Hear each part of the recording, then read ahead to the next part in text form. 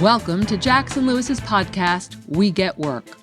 Focused solely on workplace issues, it is our job to help employers develop proactive strategies, strong policies, and business-oriented solutions to cultivate an engaged, stable, and inclusive workforce.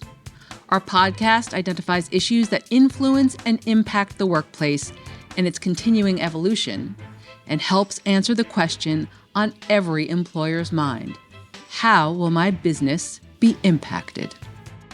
The United States Supreme Court's recent decision to end the Chevron doctrine in the Loper Bright case exposed a governmental fault line, which may have far-reaching implications for many entrenched U.S. federal agency regulations that have existed for decades, and consequently, for employers.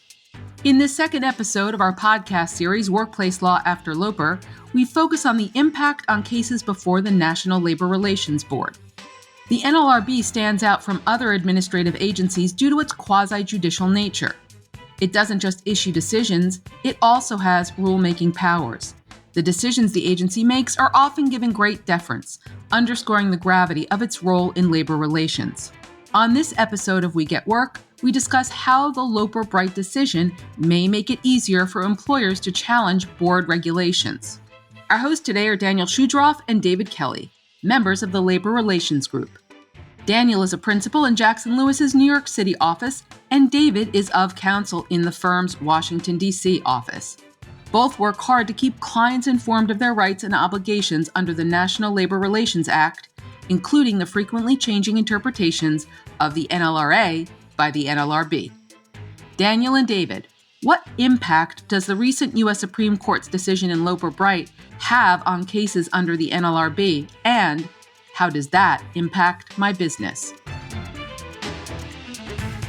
Hi, Dan.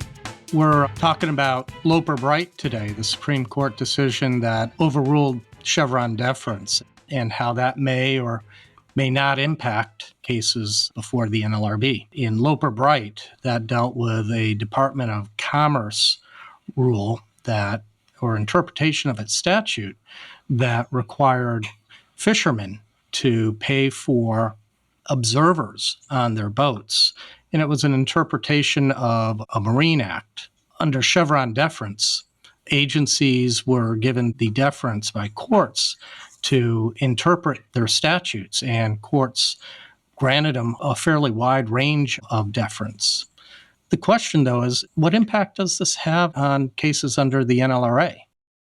I think it's a really good question, David, and great to be with you here today. Today is July 26th, so we've now been post this case about a month. And I think that, the National Labor Relations Board is a little bit different than a lot of administrative agencies in the sense that it's quasi-judicial. And obviously the decisions that come out are oftentimes afforded great deference by appellate courts when either charging parties or respondents petition for review before federal circuit courts. So I'm not sure that Loper Bright will have so much of an impact on labor board decisions and the deference that is now changed, but who knows? What are your thoughts, David? I do agree with you. I mean, we can see it in a recent D.C. Circuit case called Concepcion, where the D.C. Circuit reviewed a board decision and gave it a very high degree of reference. There was no reference in the D.C. Circuit Court's decision to Loper Bright or to Chevron. It just proceeded applying other D.C. Circuit precedent, giving cases like that deference. To give perspective to this case, I think it's important to note that nothing in the Concepcion case plowed new ground. It's not like a Thrive case, which upended board law. The case was about whether the employer had implemented unilateral changes. There was nothing controversial in terms of the law or the facts of the decision. And even then, in the decision, the D.C. Circuit granted deference only to the factual determinations and application of the law. In terms of actually looking at the language of the collective bargaining agreement at issue, it gave the board zero deference consistent with its past practice. Right. And I think that's a very good point, that these decisions that have come from the board are probably going to have similar levels of deference. But we do know that the labor board doesn't just issue decisions, it also has rulemaking as well, or makes and promulgates rules. And obviously there's the joint employer rule that recently came out. And even earlier this morning with the election rule, the board released the final rule that came out effective this morning, reversing a Trump era election rule that had come out to go back to where we were prior to 2020, essentially. And I think it's going to be interesting to see whether or not these two kinds of rules will be afforded the same level of deference as they may have been under Chevron, that there might be a challenge to either or both of those rules.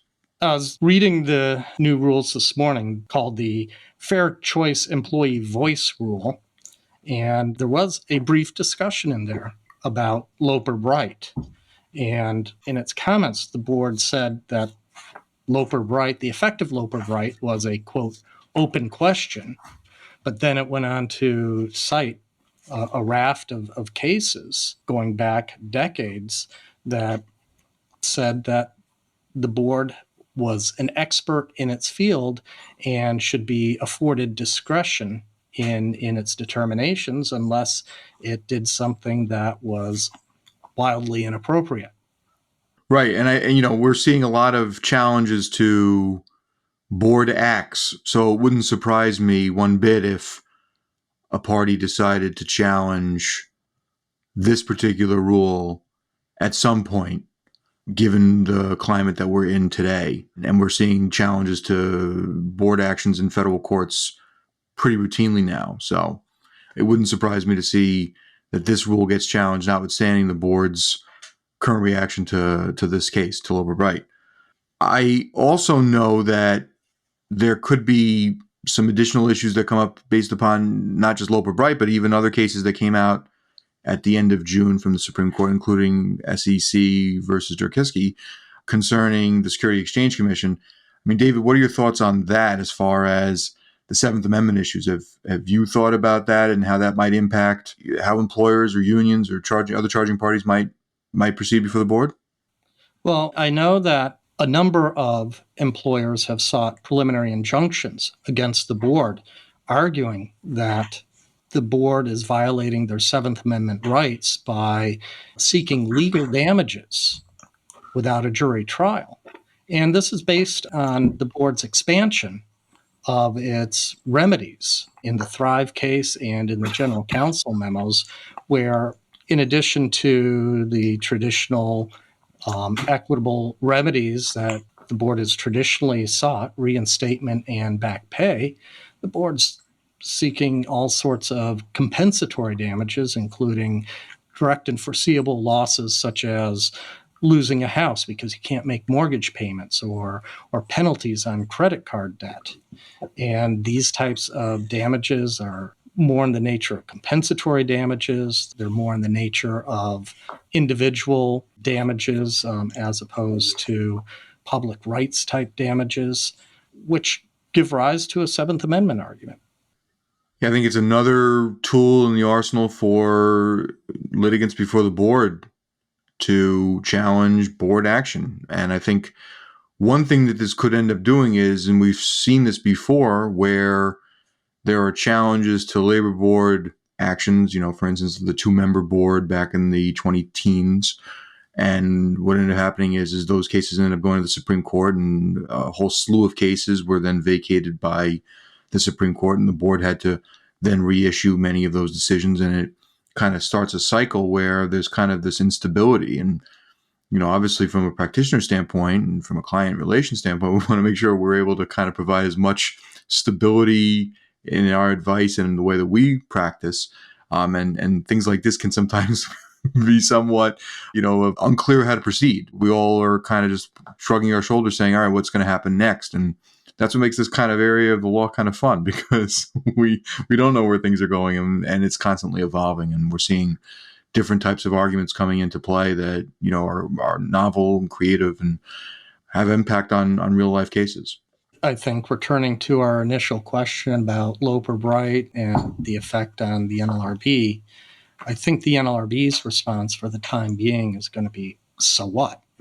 Even before Loper Bright was decided, They were already pointing to cases decided in the 1950s, 1960s, in which the board was granted deference based on its expertise. And Loper Bright didn't discuss those. And as far as the board is concerned, those remain good law. And then there are the other types of deference that are still fully in play. There's Skidmore deference that will apply to factual determinations. There's the Auer deference, which is almost an exact analog to the Chevron deference. And that was reaffirmed, I think, about 5 years ago by the Supreme Court, with Justice Roberts casting the deciding vote. That is the same thing as Chevron deference, except Chevron deference applies to agency interpretations of statutes, and Auer applies to agency interpretation of regulations. It's a confusing mess. Yes, that's a good way of describing it. A confusing mess that we all have to try to navigate through and try to help our clients try to figure out which way to proceed. And, especially for those clients who have matters before the labor board or might have matters before the labor board soon, or have matters that are pending before the board. It's very important for us to just all be on the same page as trying to figure out where we should go next with these particular issues. And I think that as more law comes out and the issues get more settled, we may have a new board in play, and in which case there won't be the same maybe level of activism that we've seen. It's a great time to be a labor lawyer, I will tell you that. I don't know what your thoughts are on David, but I imagine you would agree. Interesting times. So I think that this has been a great conversation this afternoon, David, with you. And I think that, we really appreciate our listeners listening to this conversation, this kind of nuanced area of labor law, and how the impact of the Supreme Court's recent decisions have had on how we all will practice going forward. And we all wish you a great rest of your day. Thank you for joining us on We Get Work. Please tune in to our next program, where we will continue to tell you not only what's legal, but what is effective. We Get Work is available to stream and subscribe on Apple Podcasts, Libsyn, SoundCloud, Spotify, and YouTube. For more information on today's topic, our presenters, and other Jackson Lewis resources, visit jacksonlewis.com. As a reminder, this material is provided for informational purposes only. It is not intended to constitute legal advice, nor does it create a client-lawyer relationship between Jackson Lewis and any recipient.